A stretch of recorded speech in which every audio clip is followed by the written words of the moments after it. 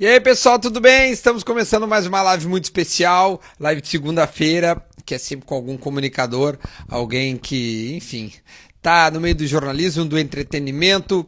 E hoje, nesse dia 7 de setembro, a gente vai receber alguém muito especial, no mês Farroupilha. Então é alguém mais do que especial e representativo para este mês. Eu que fiz questão de abrir este mês dessas lives com alguém que tivesse esta pegada, essa representatividade, que é nada mais nada menos que Neto Fagundes, exatamente. Deixa eu dar uma olhada se o Neto já está aqui, sem antes lembrar para você que está olhando no YouTube para se inscrever no meu canal, ativar a notificação, deixar um like, comentar e fazer tudo que a gente tem direito, porque essa é a pegada. O canal tá chegando a quase 45 mil inscritos, isso é muito bom, quanto mais melhor, para a gente poder continuar esse trabalho com as entrevistas, sejam eles na área do entretenimento ou jornalismo, seja a galera que é no Grêmio, né? A galera que tá ali para pegar as informações do Grêmio. Deixa eu ver se o Neto Fagundes já tá aqui. Combinei com ele agora. Deixa eu mandar um abraço pro meu pai que tá aí. Deixa eu ver se o Neto já tá. E aí a gente já começa esta live maravilhosa com Neto Fagundes, pra gente poder falar. Sem antes, só lembrar, se você está no YouTube, para se inscrever no canal. E quarta-feira eu tô preparando, como o Grêmio joga na quinta-feira, na quarta-feira a gente vai ter um outro gremista. Eu só tô esperando a confirmação dele. É alguém que não estava podendo ainda me confirmar, mas acho que rapidamente já vai confirmar para mim, e aí a gente vai poder ter essa aí, tá bom? Então deixa eu ver se o Neto Fagundes já tá por aqui. Vamos lá, Netinho. Apura, tá aí, tá na área. Vamos lá, essa live muito especial. Eu adoro esse cara é meu amigão e ele merece muito uma live especial pra gente contar um pouco da trajetória dele, seja na música, no entretenimento. E tá aí ele. Uhul! Como Fala, é que tá? meu querido. Pô, meu, desculpa o atraso. Que é isso, cara, que é isso. Eu tava preocupado contigo, vou te dizer assim, que tava na estrada. Aí, Tudo bem. dei uma ligada ali no Pretinho, a gurizada, e o Duda. Eu digo, bom, por enquanto o cara não tá nem perto da cidade, né, cara? O que tá acontecendo? Mas que bom que deu tudo certo pra gente poder conversar, meu. Tava ansioso para essa live e eu abri falando que acho que para começar o mês de setembro, nada melhor que um cara extremamente identificado com as nossas raízes. Mas eu queria falar, além de música, Neto, eu queria falar também de entretenimento, de humor, de apresentar, né, o Galpão, enfim, todas as tuas facetas que fazem tu um profissional extremamente carismático e diferenciado. E eu já vou abrir para a gente começar. Espero que tu já tenha visto as outras, sabe que é uma conversa, não é uma entrevista, a gente acaba conversando. Eu quero saber assim, ó, de todos esses trabalhos, tá? Tu iniciou na música, com certeza. Eu quero focar, quero dar uma lupa na apresentação e no humor. Então, quero iniciar com a apresentação, que eu acho que ela veio antes. Como é que foi esta veia apresentadora de entretenimento para ti, meu? Duda, em primeiro lugar, dizer que é um prazerzão estar contigo, né? Tu sabe que a gente tem uma amizade de muito tempo, apesar de tu ser uma criança para mim, né? Tu começou a trabalhar. Eu sempre digo que nós temos uma relação de amizade muito forte pelo dia 10 de dezembro de 83, dia que nasce Eduardo Garbi para o mundo, né? É uma data muito especial para mim. Então, é uma data que eu estava lá em Uruguaiana, cara, participando de uma Califórnia da Canção. Naquela data, o Grêmio campeão do mundo, né? Tive que tomar flauta de todo mundo e, ao mesmo tempo, descubro logo depois que estava nascendo Duda Garbi para o mundo, né? Uma figura que eu tenho muito carinho, muito respeito. Eu quero te dizer o seguinte, Duda, ó, uma coisa boa é que eu, desde criança, eu fui incentivado pela minha família para ser artista, né? Então não era uma coisa muito boa dentro da sociedade, assim, o cara ser artista, né? Hoje em dia é bacana tu ser artista. Hoje em dia tu diz que é artista, todo mundo, o cara é artista. Naquela época o cara era vagabundo, o cara que era artista era vagabundo, entendeu? O cara não quer fazer nada, quer ser artista. Mas a gente tinha uma coisa dentro de casa de artistas muito famosos, assim, né? Eu sou sobrinho do Darcy Fagundes. Quem é o Darcy Fagundes? Essa tua geração não chegou a conviver tanto, mas ele era um cara, que na época não tinha televisão e o rádio era o poder, como até hoje. Imagina, o rádio até hoje é esse poder todo. Tu imagina na época em que só tinha o rádio para comunicação, né? Então as pessoas, eram apaixonadas pelo pessoal do rádio. O tio Darcy era um cara do rádio, famosíssimo, das radionovelas. As mulheres eram apaixonadas por ele. Ele participava dos filmes do Teixeirinha, que era do tipo assim, parava uma cidade, Duda, para assistir o lançamento do filme do Teixeirinha. E o tio Darcy, ele, em vários momentos, ele era o pai do Teixeirinha. Então, dentro dessa coisa do cinema, as pessoas eram alucinadas pelo meu tio. Então, ele sempre foi muito famoso. E eu, quando criança, cheguei em casa uma vez depois do colégio e tinha um tumulto na frente da minha casa, assim. Eu fiquei preocupado, tipo, pô, será que aconteceu alguma coisa com meu avô, com a minha avó e tal? Aí a minha tia disse, não, é que o Darcy Fagundes está aí com o Teixeirinha. E a cidade parou, cara. E aí eu fiquei pensando, meu Deus, como é o cara ser famoso a ponto de parar uma cidade, né? Então, logo depois, eu começo a ver o tio Nico também, que o meu pai sempre falando assim, o Nico é uma figura espetacular, o cara escreve com facilidade, um antropólogo, um advogado, um professor de dança. O tio Nico, cara, era multifaceta, assim. Então, eu acho que essa base que vem da minha família me encorajou muito a ser artista. E eu fui o primeiro a sair de Alegrete, primeiro, antes do meu pai, dos meus irmãos. Eu fui morar em Santa Maria durante um ano, e de Santa Maria eu vim para Porto Alegre, onde fiz toda a minha história em Porto Alegre, participando dos festivais e tal. Então, eu quero te dizer que tudo é pela parte de cantor, né? De músico, que começa tudo isso. Então, eu participei de muitos festivais e ganhei vários festivais, e muitos deles mais de uma vez. Ou seja, principalmente nessa época dos anos 80 até os anos 90, um pouco mais, né? 95, 96 ali. Eu estou ligado aos festivais direto, assim. Então, isso me deu uma bagagem muito bacana e eu venho para Porto Alegre, né? Aí vim para Porto Alegre porque eu tinha que, para trabalhar com música, eu tinha que trabalhar em Porto Alegre. E aqui eu convivi com muita gente bacana, gente que me deu assim uma base espetacular. E a história de apresentador, ela começa no canal Rural. Quando a RBS cria o canal Rural e a Rádio Rural para tratar desse segmento rural, eu fui convidado para apresentar um programa chamado Encontro. Depois eu entreguei para a Fátima Bernardes esse nome, mas tudo bem. Tu liberou para ela. Liberei para a Fátima porque a Fátima tinha como fazer um alcance um pouco maior e tal. Mas era um programa muito interessante porque era conversa com artistas e era um programa nacional, né? Então, ou seja, eu me comunicava com o Brasil todo apresentando artistas do Rio Grande do Sul, mas também Almir Sater, eu poderia conversar ali com o Jair Rodrigues, fiz um programa... para mim, um dos mais marcantes foi um programa com o Jair Rodrigues, em que eu passei um dia inteiro com ele gravando, cara. E ele era aquela figura que todo mundo conhecia, né? Agitadíssimo, sempre cantando. Cara, e era um negócio assim, espetacular, porque o programa dava tempo. Era uma hora de programa em que a gente estava, assim, fazendo bate-papo, conversa. E aquilo ali me deu uma certa bagagem. Só que no ano 2000, o tio Nico adoeceu. Aí o tio Nico teve um AVC, foi parar no hospital e eu recebo uma ligação, primeiro da minha família, o tio Nico está no hospital, Logo depois me liga Alice Urbim, da RBS. Oi, Neto, Alice Urbim aqui da RBS, tudo bem? Pô, tá sabendo, né? O Nico está no hospital e tal. E eu quero te dizer uma coisa. Eu conversei com ele e ele me disse que é tu que tem que ficar no lugar dele. Isso aí começa amanhã. Eu digo, como assim amanhã? Amanhã tem um programa já, que está agendado, o grupo Tcheguri, em São Leopoldo. E tem muita ação de marketing, tem umas coisas e tal, e tu vai ser o cara que vai apresentar o programa. E eu disse, como assim? Apresentar o Galpão Crioulo? E ela, sim, é que tu tá pronto, tu tá trabalhando com isso e tal, né? Tu já tá... E tu é o cara que o Nico escolheu. Aí eu fui no hospital, cara. O tio Nico estava hospitalizado, porque ele não era só o apresentador do Galpão Crioulo, ele era o meu tio, né, cara? Então, sim, tinha um laço familiar, além de profissional.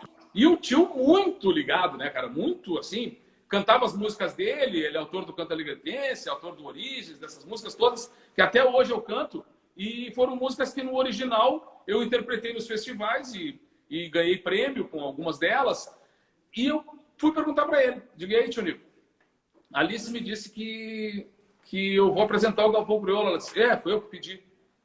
Eu digo, e aí, vai acompanhar? É sério? Posso apresentar mesmo? Ele disse, claro, é tudo contigo, fica lá. Eu digo, tá, mas vou ficar um tempinho para o senhor voltar. Minha ideia era ficar uns 6 meses, no máximo, assim, né? Para o tio Nico voltar. E ele, não, tudo bem. Então, aí eu gravei o programa esse com o Tcheguri e fui lá no hospital visitá-lo de novo. Eu digo, e aí, tio Nico, assistiu o programa? Assisti todo o programa. E ficou bom. E ele assim, assustadoramente bom. Os caras não vão te largar nunca mais. Caramba, e não foi isso que aconteceu mesmo, cara? Foi isso que aconteceu, mas logo depois ele volta, né? Eu tinha uma aposta com ele que ele ia pagar uma cerveja para mim se ele voltasse pro galpão. Porque ele achava, naquele momento que ele estava muito debilitado, ele achava que não ia voltar, né? Ah, tô com dificuldade, a minha voz, tive que fazer uma operação, ficou ruim e tal. Eu disse, não tem essa aí, cara. Eu tô ali só para guardar o flanelinha, né? Tô ali só para guardar o lugar. Só para guardar teu lugar. E aí eu me lembro do momento especial que foi, a gente tinha um galpão em Santo Antônio da Patrulha, e ele foi num carro até lá assistir o galpão. Mas eu peguei e convidei ele para subir no palco. Eu disse, olha, gente, a gente está encerrando o Galpão Crioulo aqui, mas eu não posso deixar de dizer para vocês que está nos assistindo hoje e eu quero que ele venha aqui em cima do palco, o tio Nico. O tio Nico tá aí. Cara, foi um negócio mais maluco que eu vivi, assim. As pessoas começavam a chorar, sabe, emocionados, assim. E aí vem essa história de aprender como ser apresentador. Porque ele era o cara que era imbatível, cara. O tio Nico tinha truques na manga, assim, coisas. Eu até conto uma piada, né? Eu quero uma história. Eu quero, por favor, no mínimo uma, rapidinho, para ilustrar. Uma história real dele, assim, foi que a gente estava gravando na Serra e estava caindo a luz, assim, a diretora do programa era a Rosana Orlandi. E a Rô trabalhava com a gente com ponto, né? Ele com ponto e eu também, e ela comandando a gente. E o tio Nico disse assim, Neto, pede para Rô, para eu apresentar o meu amigo aqui, que é meu amigo, meu parceiro de estrada, de vida e tal, e hoje ele é secretário aqui da cidade e tal. E eu disse, Rô, o tio Nico quer apresentar o cara. Não, mas nós estamos sem tempo, Nico. Não demora. Tá caindo a luz, vai ficar escuro. Então é o seguinte, eu vou já começar contigo e tu já apresenta o cara direto. Esse é o fulano de tal. E aí começa, quando ela deu o ok assim pro o Tio Nico começa. Estamos na Serra Gaúcha. Um dos cartões postais do nosso estado. E a Rô começa a gritar o ponto. Deu, Nico, chama o cara de uma vez. E o Tio Nico começa a enrolar. E eu tô na parte de baixo para ser com outro cinegrafista, o Jorginho Duarte, esperando o texto do Tio Nico, Jorginho. Aí, tô ali esperando assim, e eu olhei pro Tio Nico e disse, cara, quer saber de uma coisa? O Tio Nico esqueceu o nome do amigo dele, cara. Era óbvio. Começou a enrolar. E aí ela esgotou o tempo. E a Rô disse, chama agora o teu amigo.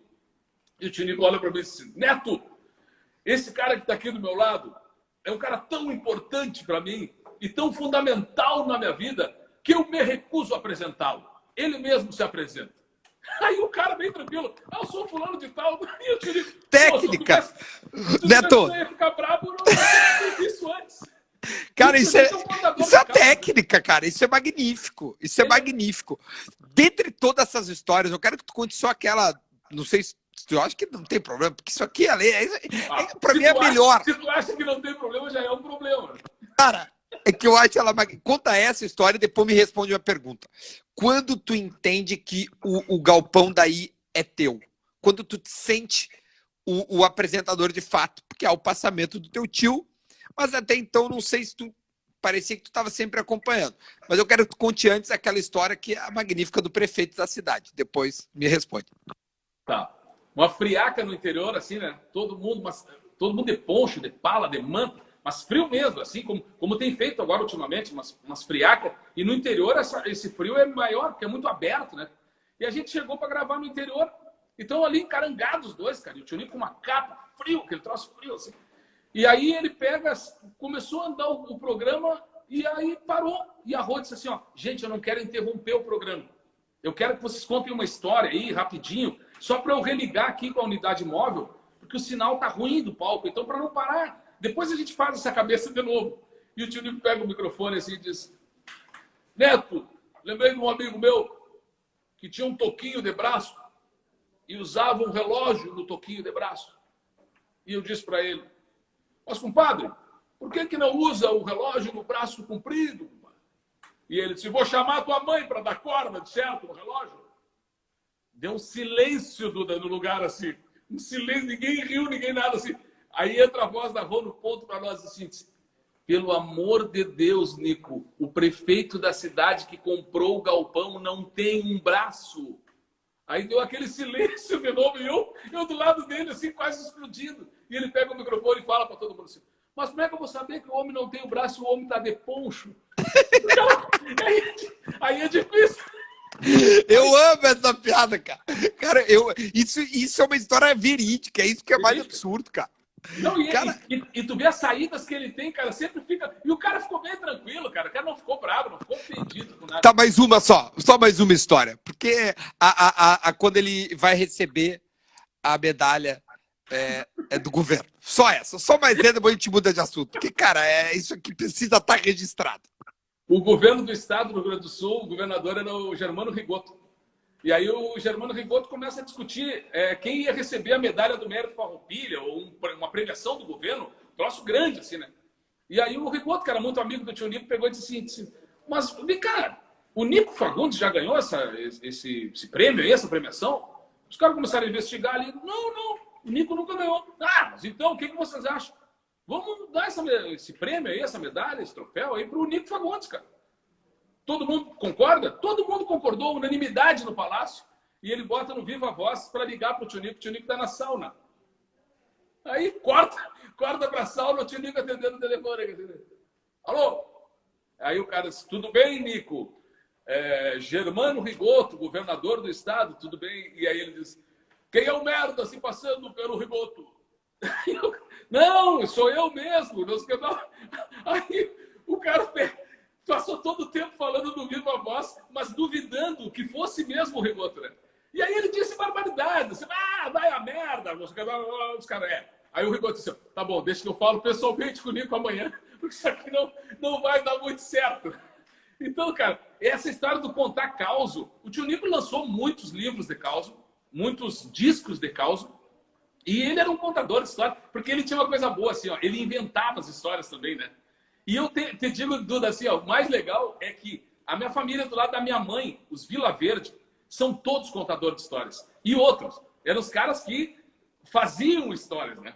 E ao mesmo tempo os Fagundes também, essa coisa da relação. Então a minha família, cara, ela é a melhor coisa que tinha é tu estar numa roda onde está toda a família, cara. Eles começam a discutir coisas. É maravilhoso, cara. Parece que é uma brigaçada, na verdade não é nada disso. Então, cara, eu amo essas histórias. Tá, e quando é que tu te sente o dono, entre aspas, quando é que tu te sente à vontade para dizer que esse programa é teu? Embora todas essas histórias demonstrem o carinho que tu tem pelo teu tio e isso nunca vai acabar. Mas quando tu te sente que o Galpão o Neto Fagundes é o dono do terreno, entre aspas, assim. Cara, posso te confessar um negócio? Que eu acho que, como as pessoas não me perguntam muito isso, eu quero te dizer bem sincero assim, ó. Eu não me sinto dono, cara. Eu nunca me senti sendo o tio Nico, por exemplo. Eu acho que o Galpão Crioulo é do tio Nico. E a gente dá uma continuidade para isso, né? Eu procuro que isso continue sendo o que ele sempre sonhou, que era ter um espaço para oportunizar os artistas. Inclusive, eu sou um desses artistas que fui ter oportunidade no início dos anos 80 ali no Galpão Crioulo, cara. Meu sonho era ir no Galpão Crioulo. Imagina, eu voltei para Alegrete depois de aparecer no Galpão e a minha aula, minha sala de aula, todo mundo me aplaudiu de pé quando eu entrei, cara, na aula, porque eu tinha aparecido no Galpão Crioulo. Então eu tenho pelo Galpão um amor como artista, né, e uma responsabilidade como apresentador. Então eu já tive a oportunidade de apresentar com o tio Nico, depois com a Xana, depois com a Annalise também. Mas o Galpão, para mim, ele tem isso. O que me faz estar ali com vontade, mesmo nesse momento que a gente está vivendo agora, que é um momento bem complicado, a gente está gravando de casa, né, mandando as coisas para o Galpão, eu sinto que eu tenho essa responsabilidade de um novo artista. E toda vez que aparece um novo artista, eu vejo assim ó, o brilho no olho dele de dizer, pô, eu estou no Galpão, né, cara? Eu estou aqui me apresentando. Então, eu não me sinto nunca dono do programa. Eu me sinto com a responsabilidade de mantê-lo na grade da RBS TV para que outros artistas possam chegar e usufruir disso. E te digo com todo carinho que é isso. Assim. Cara, muitas vezes, depois que o tio Nico já não estava aqui com a gente ali, eu ia para o palco do Galpão, para esse palco grande, né, que ainda tinha essa coisa do show, e parecia que ele sempre estava ali, cara. Porque eu entrava, as cortinas estavam fechadas e eu ia arrumar o lenço dele, né? Botar o lenço no pescoço do tio Nico, assim, porque ele estava com dificuldade para amarrar o lenço. Eu ia lá e arrumava o lenço para ele. Então era um certo ritual que foi se criando quando a gente ia apresentar. E, cara, eu chego a me arrepiar, assim, porque até hoje eu chego, assim, quando eu entro no palco, que a cortina está fechada, eu sempre digo, vou virar agora para lá e vou encontrar ele e vou lá fazer esse ritual de arrumar o lenço, de preparar isso. Então, cara, é um negócio muito louco, Duda, mas eu não me sinto dono, cara. Eu me sinto com uma super responsabilidade e uma vontade de dar continuidade à história que ele fez com tanto carinho. Meu, a popularidade do que tu tem, tá? Ela se deve ao galpão ou o pretinho básico? Aí eu quero começar a enveredar pro teu lado do humor, assim. O que tu imagina que seja um híbrido, né, o que se complementa? São públicos que a galera do galpão não sabe que eu faço pretinho ou vice-versa? Como é que tu lida? Cara, eu acho que foi um complemento, Duda. Desde o início, porque se tu prestares atenção, tudo tem a ver com o meio em que eu vivo desde sempre, né? Com música, apresentando, e acampamento farroupilha, e festa gaúcha, e baile no CTG, ou seja, essa é a minha formação. Então, o que eu vejo de mais importante nisso, assim, ó, é que o Pretinho me aproximou de um público muito jovem, cara. Me aproximou de ti, por exemplo, entendeu? Que é um cara que eu já estava na estrada quando tu estava nascendo e a gente se encontrou. O que é isso, cara? Isso é uma maturidade que dá da gente conviver com pessoas ali dentro do estúdio, como a gente faz, né? Tem uma gurizada, tudo com a idade da minha filha, ou seja, gurizada que está trabalhando ali. E eu vejo que isso foi maravilhoso, porque realmente me trouxe do meio em que eu era conhecido, no meio dos festivais e tal, da música, e me aproximou de uma galera que me vê muito, muito bem-humorado, né? Que é uma coisa que eu sou mesmo muito bem-humorado, né? A gente convive há bastante tempo, sabe o jeito que eu sou. A minha vida é ligada a isso. Eu gosto de estar num ambiente que seja bom, assim, seja alegre, seja divertido. Eu gosto, nessas coisas coletivas, de trazer uma união das coisas boas. Então, eu acho que é isso, cara. Eu acho que o Pretinho, ele juntou. As pessoas me veem muito mais na televisão, através do galpão. Então, a minha imagem é muito ligada ao galpão. Mas, olha, cara, muita gente me vê no Pretinho. Muita gente me ouve no Pretinho. Porque eu falo ver, porque agora o Pretinho também, ele Sim, as imagens... Claro, e às vezes viraliza, né, piadas do Nego Velho, o personagem, pelo WhatsApp, então, putz. Não, e muita gente me chama de Nego Velho, né? Muita gente nem me chama de Neto. Quero chegar lá, calma. Os caras me chamam de Nego Velho muito mais que Neto hoje. Não, sabe o que eu queria pra gente pegar a timeline? Essa tua relação com o Fetter, porque eu acho que pouca gente sabe, tu tem uma relação estreita, né, com o Fetter. E essa veia humorística, acho que é um pouco de uma descoberta do Fetter. Eu queria que tu explicasse isso. Na verdade, a gente se conhece há muito tempo, né? O Alexandre, eu conheço ele da Atlântida de muito tempo. Só que ele estava na Pop Rock. E ali na Pop Rock, a gente começou a pensar assim, pô, podia ter... ele tem uma coisa do imaginar antes, né? Ele pensa antes as coisas, o Alexandre. Então, isso é maravilhoso, cara. Isso aí é um talento nato dele. Assim, não é só escolher música para tocar, né? É escolher como fazer essas coisas coletivas e ser um líder, assim, né? Como uma espécie de um treinador, né? Qual é o treinador que é bom? É aquele que faz um jogador ser obediente. Porque, na verdade, se tu pega um atleta desobediente, não adianta ele ser talentoso, que ele não vai chegar em lugar nenhum. Não, e tu tirar, né? Tu saber o talento dele e te extrair esse talento. Até a hora de tirar o cara do jogo, né? E colocar... Não, agora eu não vou te colocar nesse jogo. Pô, professor, uma colega... O Alexandre tem um pouco disso, assim. E a gente estava num veraneio, cara, e a gente começou a brincar de bobagem, tomando cerveja, e tal, e começamos a imitar nós dois, falando como a gente seria quando a gente ficasse velho. E aí eu respondo para ele falando assim, né? Olha, meu querido, eu acho que nós vamos envelhecer, fica cheio de ruga, querido. É só o que vai sobrar para nós, ninguém vai se lembrar de nós. E aí ele começa a responder para mim também falando assim, que é um personagem que ele fazia e depois parou, que é o velho, né? Ele fazia o velho. Ei, seu velho! E aí começamos com isso começou uma bobagem, cara. E aí daqui a pouco ele disse assim, ó, cara, isso aqui nós temos que botar no cafezinho, que era o programa que era da Pop Rock na época. Eu apresentava um programa nos domingos de manhã, os domingos de manhã, que era o Regional Brasileiro, né? Aí fazia com o Porã, fazia com o Márcio Paz, fazia com uma galera bacana de manhã ali, né? Trocando ideias e tal. E aí começa a surgir o personagem do Nego Velho. Só que no ano 2000, quando o tio Nico adoeceu e eu tive que vir para o Galpão, eu não podia ficar na rádio concorrente, né? E aí saí da Pop Rock e o Alexandre, logo depois, tá com o convite para voltar. Olha, tô indo para Atlântida de novo e tenho que fazer um programa naqueles moldes ali, naquele estilo de entretenimento e tal. E eu quero o Nego Velho e o Castelhano. Né? Tinha o Castelhano, que eu imitava um amigo meu, baita de um amigão meu, que ele gostava de falar esse negócio, que era sempre um cara meio garganta, assim. Cara, o lance é o seguinte, cara, o melhor de todos sou eu, né, cara? Temos outros colegas que são bons também, são bons. O melhor de todos sou eu, né, cara? Então o Castelhano chega junto com o Nego Velho, só que, cara, no início, quando o Nego Velho, no primeiro programa já teve o Nego Velho. E aí alguns teve o Castelhano, cara, naturalmente aconteceu. Ele estoura, né? Ele estoura. Estouro, cara. Todo mundo queria as histórias do Nego Velho. Porque é uma junção, né, Neto? Das histórias do teu tio, do teu pai, que é o Bagre, que é um puta de um contador de história também. E aí tu compila isso, que tu é bom de memória e de contar, e bota nessa voz. Dá pra resumir que isso assim nasceu esse personagem que se tu quiser rodar o Brasil, tu roda. Tu não faz porque tu tem muita coisa pra fazer, né?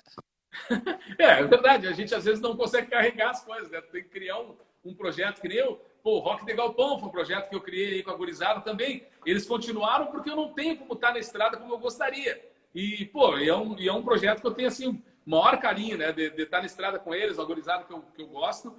E eu acho que o Nego Velho, para ele fazer essa incursão, que nem tu começou a fazer com os teus espetáculos, fazer o DVD disso e tal, tu tem que montar isso para ser um case de trabalho, né? Ou seja, tu tem que levar ele, e isso não é fácil. Ou seja, tu tem um personagem, tem que andar com os teus personagens e tal. E aí o Brito sai, né? Aí não é fácil. O Britinho já compromete. Então, ou seja, tu começa a ter um monte de coisa para fazer. O Santana faleceu, mas o Santaninha ficou. Então, ou seja, tudo isso dos personagens, cara, já é uma outra ocupação. E que eu tenho uma responsabilidade também na parte séria, que é o Galpão Crioulo, né?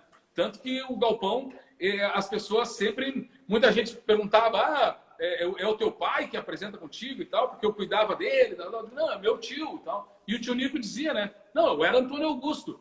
Mas aí o Neto entrou e me transformou em tio Nico. Todo mundo verdade. Tio Nico. Então, popularizou. Eu acho que essas coisas assim, Duda, a gente nem programa, cara. Elas foram acontecendo, velho. Olha quanto tempo. É que nem a história de cantar o hino no planeta, né? A primeira vez eu comecei a ver agora, cara, são 12 anos, cara, que acontece isso, entende? Então, eu queria chegar nessa parte também. Eu quero falar da música e eu ia botar essa pitadinha. Deixa eu só voltar então, porque para não perder o fio da meada, Neto. Porque tu falou em personagens e personas. Tu te sente obrigado toda vez que tu sai na rua a estar de alguma forma representando não um personagem, porque é muito forte isso, mas se estar caracterizado com o chapéu porque tu te sente na obrigação, ou isso é uma coisa muito tua? Porque realmente não deixa de ser uma marca. Eu quero saber se tu te preocupa e se é programado. Eu acho que não, Duda. Eu acho que uma coisa que eu sou é o mesmo cara em todas essas áreas. Entendeu? Seja piochado ou não, eu continuo sendo a mesma pessoa que tem essa essência de gostar de cultura regional de outros países também. E a nossa, né, cara? Porque eu fui criado com meu pai de violão e gaita tocando e nos abrilhantando as festas da família. E realmente, assim, a música... O meu pai foi o meu inspirador, né? É o cara que realmente eu olhei um cara se apresentando para um monte de gente, cantando, e aquelas pessoas emocionadas. Eu digo, pô, esse é um lance que eu quero fazer também. Então, eu acho que isso, Duda, eu acho que eu não vou assim, tipo, dá licença, que eu sou o Neto Fagundes, estou chegando. Cara, é que eu sempre fui do mesmo jeito, né? Eu sempre tive de chapéu na cabeça, de boina, boné, eu sempre gostei de estar assim. E o chapéu, no sentido da pilcha, ele ficou mais oficializado, aquilo que eu te disse. Se tu aparece toda hora na televisão com aquele visual, acaba que tu também faz comerciais porque tu é chamado para ser aquela figura ali, né? Figura representante da uma cultura. Identidade, né? Uma identidade. Então, eu acho que isso também, mas eu procuro ser o mesmo cara em todas as áreas onde eu estiver. Eu gosto de ser solidário, eu gosto de fazer trabalhos assistenciais, eu tenho grupos que eu ajudo, que eu me faz bem isso. E isso vem muito da minha mãe. A minha mãe sempre foi uma pessoa muito solidária. Minha mãe ligada à Igreja Metodista, que foi o nosso primeiro palco. A gente ganhou uma base fundamental de fé mesmo, assim, de recorrer a uma oração, de saber que ela está fazendo uma oração por nós todo dia, de que a gente tem que agradecer, de ser agradecido. Principalmente depois que nascem os filhos, cara, a gente se torna muito diferente, sabe? A gente se torna muito menos egoísta, é o que eu quero que aconteça em toda essa encrenca que a gente está passando agora de pandemia, cara. Que a gente possa sair no outro lado, lá depois de passar tudo isso, com as vacinas aí e tal, a gente possa parar um pouquinho e ver que a gente estava perdendo muito tempo, cara. A gente estava perdendo tempo com pessoas que não contribuem em nada para nós. A gente estava longe de pessoas que são importantíssimas para a gente, da família, né? Amigos mesmo, vizinhos, né? Gente que eu acho que a gente foi meio se perdendo por trabalhar, ter dinheiro, ter conquistas, poder demonstrar coisas. Enquanto a gente descobre numa hora dessas, cara, que é fundamental um telefonema, cara. É fundamental um carinho, é fundamental um gestual que seja, né? Uma dedicatória. Os aniversários, por exemplo, agora, passei meu aniversário sem poder receber ninguém na minha casa. Sempre fiz uma coisa. Aí, quando eu vejo, meus amigos estão fazendo uma carreata na frente da minha casa, né, de carro, para me mandar um abraço. Ou seja, são coisas que não vou esquecer nunca isso. Então, legal. eu acho que a gente tem que pegar esse momento agora e também se dar conta dessa parte, Duda, que eu acho que isso é fundamental e isso envolve o que a gente estava falando do dia a dia, né? Pô, eu quero demonstrar o quê? Não, eu quero estar bem com as pessoas, cara. Eu quero estar bem com a minha verdade mesmo, né? Com as minhas não, e se vê naturalidade, né? Tudo se vê naturalidade, não é algo forçado. Assim. Eu te conheço fora da TV, do rádio, é a mesma pessoa. Sobre música, tá? A tua família é muito tradicional e tal, e tem essas canções que são fenômenos, assim. O Canto Alegretense, acho que acho que é o maior significado para a família. Não sei se tem alguma outra obra que vocês entendam que seja mais significativa. O que isso representou para vocês? Como é que foi isso? E para ti, tu falou muito ali no início, as pessoas que frequentaram a tua casa. Ou seja, tu é advogado, pouca gente sabe. Eu não me formei, eu fiz faculdade de Direito, mas não me formei. Eu gosto de brincar, o advogado, né, o Euclides. Como é que... doutor Euclides, como é que fica isso, essa história da música na família? Tipo assim, não tinha outro lugar para tu estar, né? E eu quero saber também sobre o Canto Alegretense, um pouco desse bastidor, desse fenômeno que é um hino do Rio Grande. Eu quero te dizer que a música, na verdade, na nossa família, ela era uma música brasileira, né? Ela tinha também, porque a nossa música regional mesmo, ela é muito nova, entendeu? Ela é muito jovem, ela não tem tantos anos. Então, a roda de música da nossa casa tinha muito samba, né? Tinha muito tango, né? Muita música da fronteira ali, que a gente morando em Alegrete, a gente escutava as rádios da Argentina, né? Escutava chamamé, milonga, mas também escutava os mestres, assim, tipo Gonzagão, né? Dominguinhos, essas coisas regionais do Brasil também faziam parte da nossa casa. Meus tios cantavam, tocavam, um monte de gente, instrumentos e tal, embaixo de uma parreira, aquele churrasco para todo mundo, assim, sabe? As famílias chegavam eu achava um sarro que isso vai voltar, né? Que era o seguinte, a minha família levava os pratos com o nome da família, né? A mãe marcava os pratos, os talheres e os copos de cada família, para a gente não misturar com as outras pessoas, né? Não no sentido higiênico, mas no sentido de conseguir recuperar depois daquele monte de louça para levar para casa. Então, eu acho que essa música que nos une, ela tem muita coisa. Se tu pega o trabalho do Paulinho, meu irmão, do Ernesto, meu irmão, da Luciana, o meu, do pai, tudo tem uma mistura de música, cara. Tem muito de ouvir predominantemente a música brasileira, muito Gilberto Gil, muito Chico Buarque, né? Muito Gonzagão, e depois essas novas tendências regionais que foram aparecendo do norte, do centro, né, da música regional. A gente sempre foi muito admirador. Renato Teixeira, Almir Sater, esses caras que trabalharam esse regional deles também. E eu acho que isso nos une. Mas a música da nossa base mesmo, ela não era só música tradicionalista. Ela era também a música tradicionalista. Mas a reunião de família, cada um cantava. Meus tios cantavam seresta, né? Samba canção, boleros. Tal. Então, ou seja, isso tudo vem na bagagem musical da gente. E eu acho que o canto alegretense foi a música que ela vem para mim como uma espécie de ferramenta, Duda. Eu cheguei em Porto Alegre, onde vários artistas estavam se apresentando. E cada um já tinha suas músicas carimbadas, assim. E eu chego com uma música que é nova, que nasceu em 82, em Santa Maria, num festival. E eu chego com ela do tipo assim, eu canto 2, 3 músicas, mas canto o canto alegretense também. E aí eu começo a ser chamado para esse mundo que envolvia gente famosa, né? Ali já tinha um monte de gente, como o Luiz Carlos Borges, os Serranos, os conjuntos, já faziam os bailes, os artistas já estão ali já construindo o seu nome e tal. E eu cheguei, mesmo sendo de uma geração um pouco mais nova que eles, eu já tinha umas músicas fortes, né? Tanto que essas músicas até hoje são ferramentas de trabalho, como Origens, que virou tema de abertura do Galpão Crioulo, que é uma música que eu acho assim, que ela tem uma força épica na composição e também na música mesmo, na força da música. Por isso que ela até hoje se consolidou como uma das músicas mais fortes do trabalho dos Fagundes. E o canto alegretense, ele é uma homenagem à nossa cidade, né? O Tio Nico, não sei, tu talvez já saiba dessa história, né? Mas o Tio Mas Nico, é legal, quanto mais... o Tio Nico trabalhava no escritório de advocacia ali no centro e um colega de trabalho dele tinha uma causa para defender em Alegrete. E aí brincou com ele. Ô, Nico, tu que é do Alegrete aí, onde é que fica esse Alegrete? E aí ele começa a escrever para o amigo dele na máquina. Não me perguntes onde fica o Alegrete. Segue o rumo do teu próprio coração. Cruzarás pela estrada algum ginete e ouvirás toque de gaita e de violão. Para quem chega de Rosário ao fim da tarde, ou quem vem de Uruguaiana de manhã, tem o sol como uma brasa que ainda arde mergulhado no rio Ibirapuitã, que é o rio da nossa cidade, né? Ouve o canto gauchesco e brasileiro.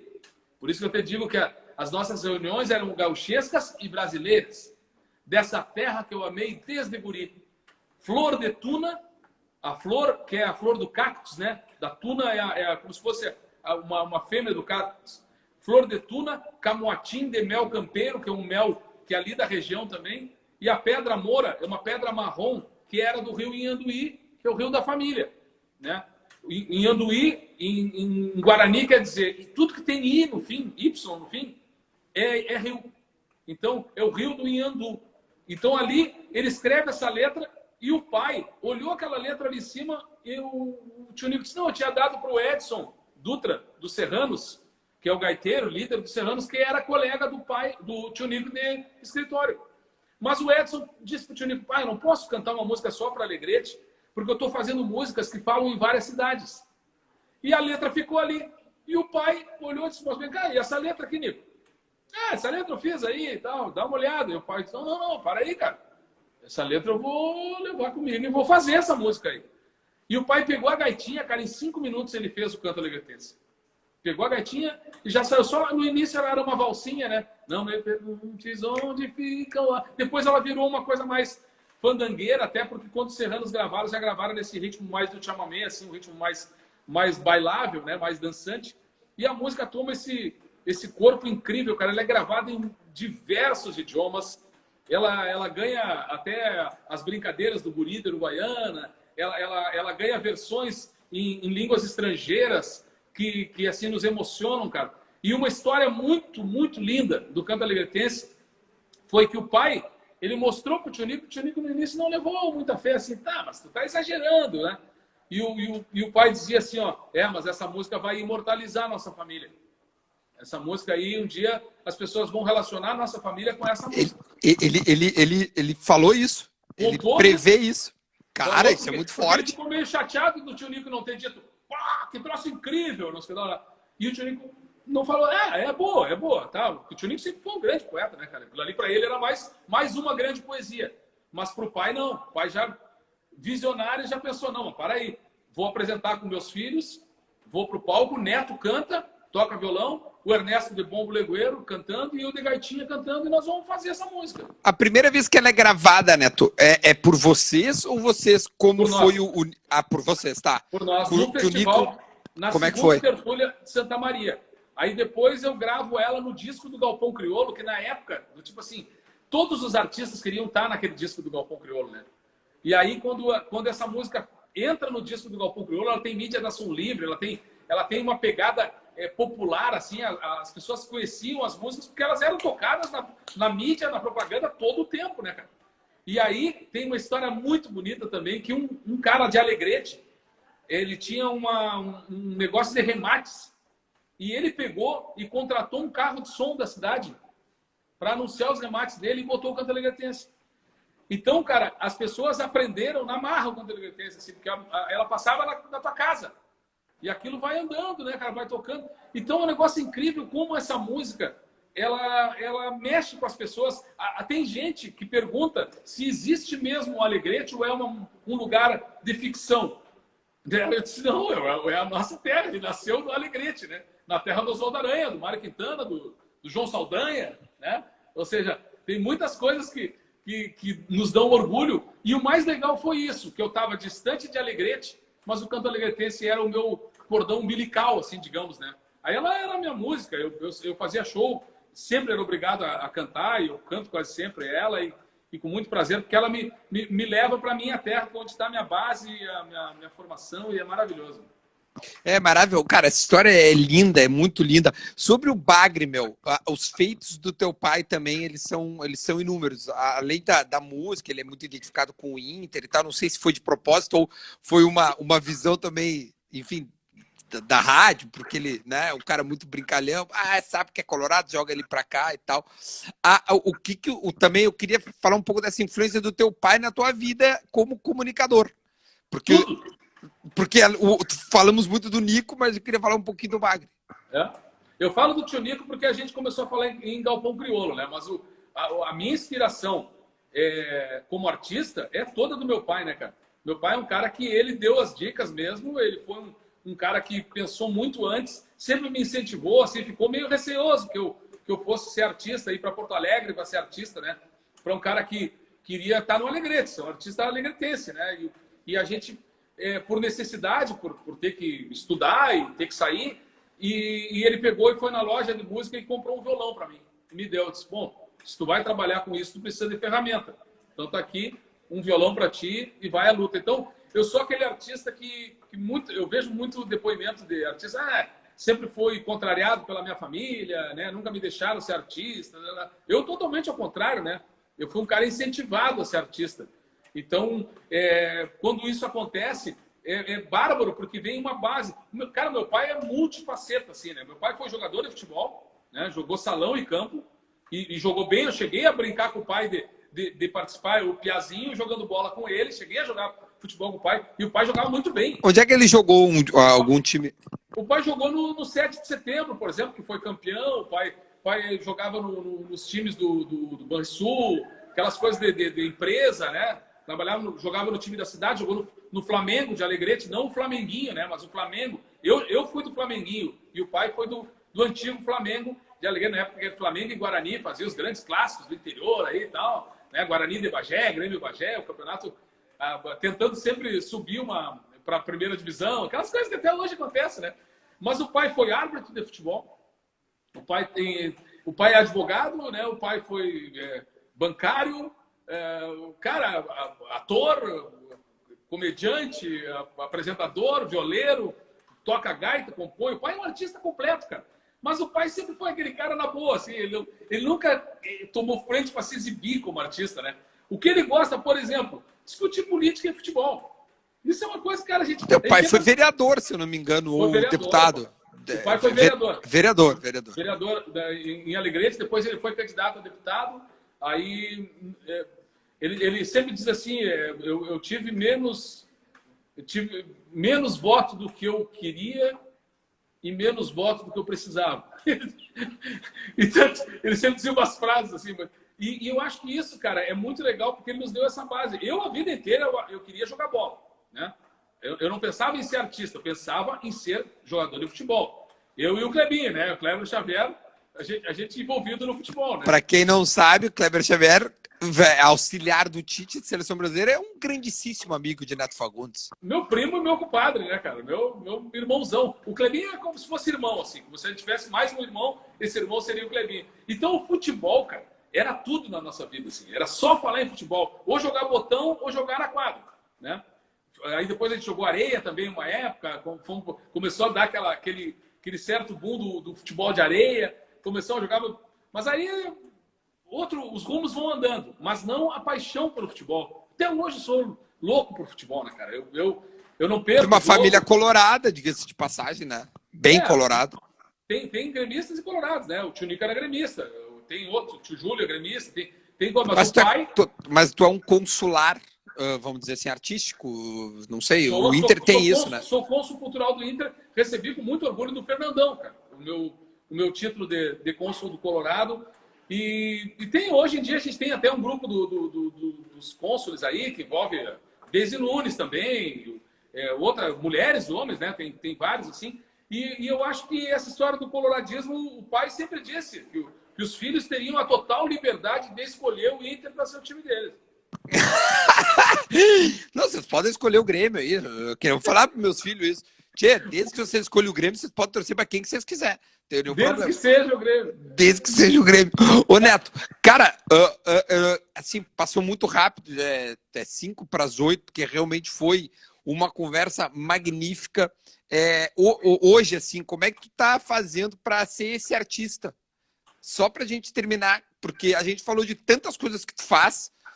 E como é que hoje tá o Neto? Porque, infelizmente, a gente não pode ter no Pretinho, né? Infelizmente. Tu já me disse que tá gravando ou tá fazendo de casa. E aí, o artista também, como é que tá sendo essa agonia? Cara, é um negócio incrível, né? Porque a gente, uma das coisas que o artista gosta é da estrada, né? Ou seja, é uma coisa que a gente está tendo pouco.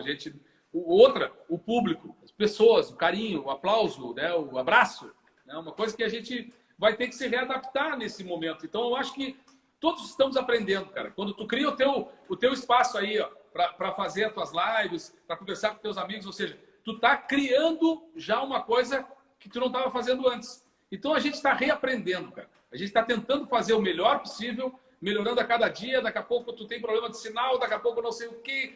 Ou seja, a gente está aprendendo.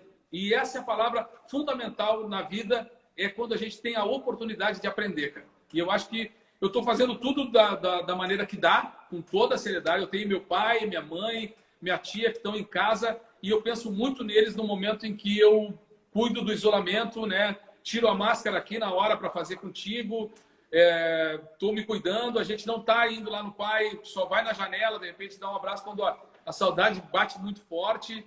E realmente é um momento de aprendizado. Eu acho que a gente tem que entender, cara, que eu fico enlouquecido muitas vezes com o egoísmo das pessoas.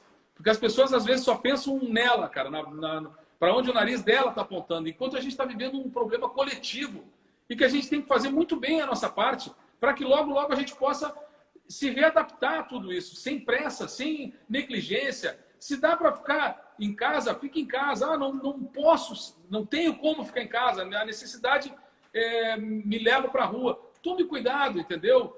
E não é só dizer o seguinte, eu boto a máscara, eu estou imune. Né? Tem muita gente que acha isso, não, mas eu estou de máscara. Não, é comportamento, cara. É a limpeza, o afastamento, o distanciamento, na verdade, é para isso, né? A gente tem que seguir que as pessoas estudaram para isso. E se Deus quiser, o mais rapidamente possível, a gente vai poder estar juntos aí para trocar uma ideia. A gente tá com muita saudade de ti, Neto, no Pretinho. Mas eu não saí. Uma coisa bem importante.